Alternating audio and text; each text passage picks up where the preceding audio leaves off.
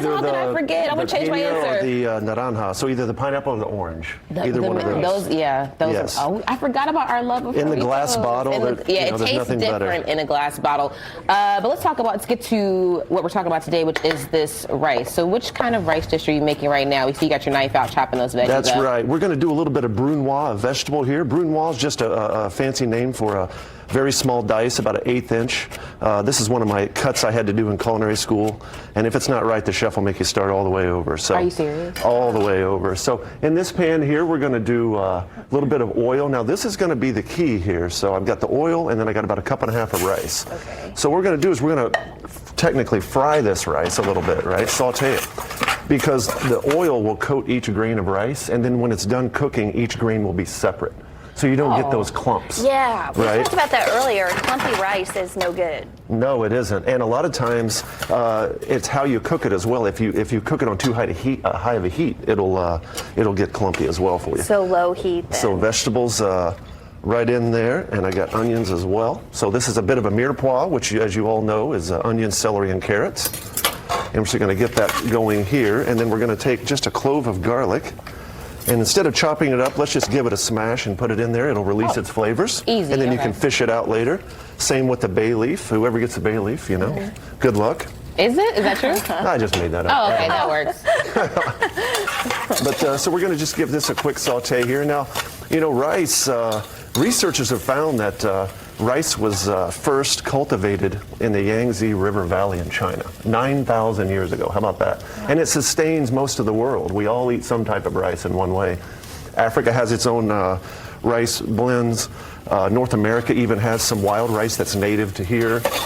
In Minnesota, in the grassland areas as well.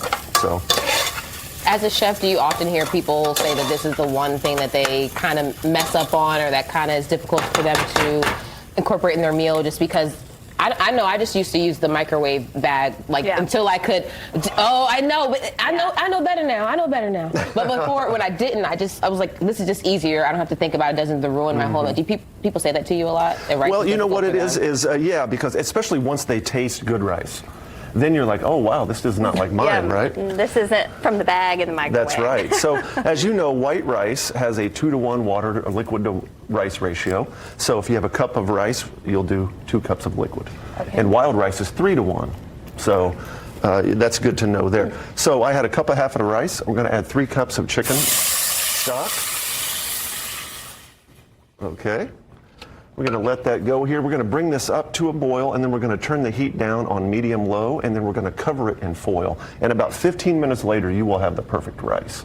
Okay, so let's go here to what it looks like. Look at this finished product. Wow. Look at all the individual grains. See how they all fall apart? Yeah. That's what we're looking for there. No clumps. No clumps. That looks good. Look at that, yeah. And so we'll get you a sample here. And this is just a nice, pilaf, you've heard that word a 1,000 times. It really just means rice cooked in stock with vegetables. So you can use, I used chicken stock today, but you can use vegetable stock. You could certainly just use water if you like. I'm sure that adds a lot of flavor. It does, yeah. It does. Rather than just water. Yes. It's pretty hot, hold on. But it's very good. Ooh. It's pretty hot, but it's very good. Oh, I like this.